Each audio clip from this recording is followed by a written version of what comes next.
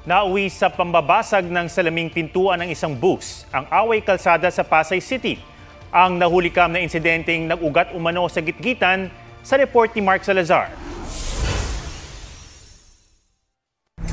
Oh, basag oh.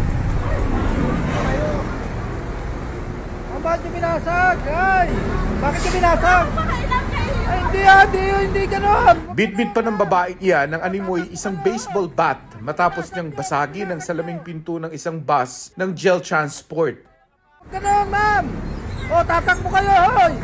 Yung binasag nyo! Binasag nyo! Kuha ang video iyan sa Macapagal Avenue sa Pasay City kahapon. Ang uploader, konduktor ng nakabuntot noon na isa pang GEL Transport bus. Kwento niya, nag-ugat ang away kalsada dahil sa gitgitan ng bus at isang SUV. Kinat na po ng private car itong kasamahan namin. Bumalik si ma'am, ini-speak na kalang tinatawanan pa ng kasamahan namin. Mas lalong nagalit itong si ma'am. Kumuha po ng parang matigas na bagay na parang baseball bat. Nagkasagutan pa ang uploader at ang mga sakay ng SUV. Naghahanap buhay din kami, ma'am. Hindi mo kayo binasag nyo. May video kami kung paano kayo kagbalasubas mag-drive. Ipinagtanggol din ng uploader ang kasamahan niya sa GEL Transport.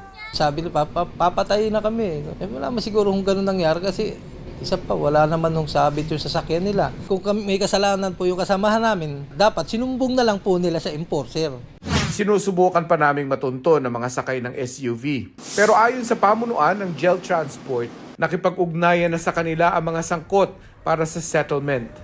Mark Salazar, nagbabalita para sa GMA Integrated News.